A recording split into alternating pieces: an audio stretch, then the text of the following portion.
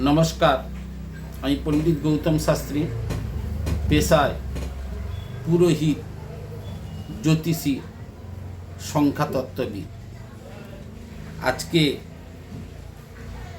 আপনাদের কাছে বালক জন্মাবার পর বা একজন জাতিকা জন্মাবার পর রাশিচক্র আমরা তৈরি করি বা কুণ্ডলী তৈরি করতে যাই। তা আগামী আষাঢ় মাসে যে বালক বা জাতিকার জন্ম হবে, আমাদের রাশিচক্র অনুসারে আগামী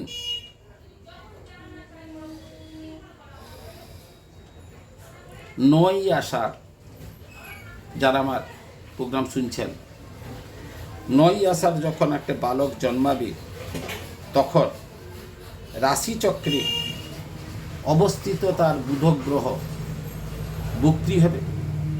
আবার দেখবেন 14ই আষাঢ় যে বালক 15ই আষাঢ় 16ই আষাঢ় জন্মাবে, তার রাশিচক্রে দ্বাদশ ঘরের মধ্যে বুধ তো কোথাও থাকবে, বুধটা অস্তমিত থাকবে। তাহলে একটা জাতক বা একটা জাতিকা জন্মাবার সময় যে কোষ্ঠীটা তৈরি হয় বা রাশিচক্রে কুণ্ডলীটা তৈরি হয়, আমরা সচরাচর দেখি 12টা ঘরের মধ্যে লগ্ন থেকে শুরু করে যে 12টা রাশি আছে, তার মধ্যে বুধ কিংবা বৃহস্পতি কিংবা শুক্র কিংবা রবি, রাহু, এই সব গ্রহগুলা বসে থাকে, অবস্থান করে। কার লগ্নে অবস্থান করে, কার দ্বিতীয়, কার আবার চতুর্থে, কার পঞ্চম স্থানে। আমরা খুব আনন্দিত হই, পঞ্চম স্থানে বৃহস্পতি অবস্থান করছে, তাহলে জাতকের পড়াশোনাটা খুব ভালো হবে।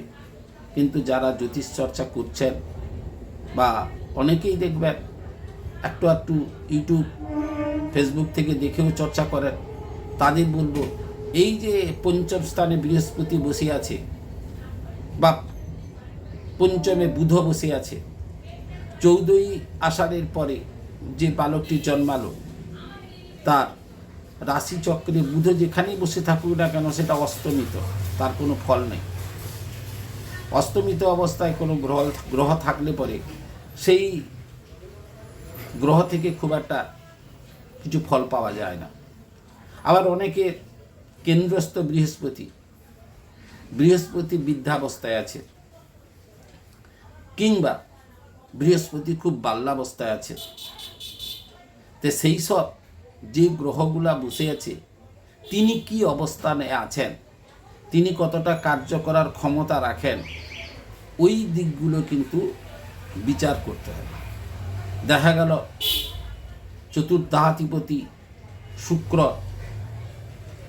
তিনি ভাবছেন সুখের জায়গায় শুক্র বসে আছে, পারিবারিক সুখটা আমার খুব ভালো হবে। ঠিক শুক্রের সপ্তম স্থানে রবি বসে আছে। দেখা গেল সংসার জীবনে তিনি অত্যন্ত খুশি, সারা জীবন সব কিছু অর্থ সম্পদ আছে, অথচ সুখ জিনিসটা ওনার জীবনে খুব একটা এলো না। তাই যারা আমার প্রোগ্রাম শুনছেন, সকলকে অনুরোধ করব, আমার ওয়েবসাইট রয়েছে পণ্ডিত গৌতম শাস্ত্রী, স্ক্রিনে আপনারা আমার নাম্বার পাবেন। অতি অবশ্যই আপনারা অফলাইন অনলাইন আমার সঙ্গে যোগাযোগ করতে পারেন। আর আমার সুচিন্তিত মতামতের জন্য আপনারা আমার সঙ্গে যোগাযোগ করতে পারেন। এবং জীবনে যখনই কোনো সমস্যায় পড়বেন, জ্যোতিষের কাছে গেলে উপযুক্ত জ্যোতিষের সান্নিধ্যে আসবেন এবং জীবনের সুখ সমৃদ্ধি আপনার উপরে নির্ভর করছে। তাই ভালো জ্যোতিষের পরামর্শ নিয়ে জীবনকে সুন্দর মধুময় করবেন। নমস্কার।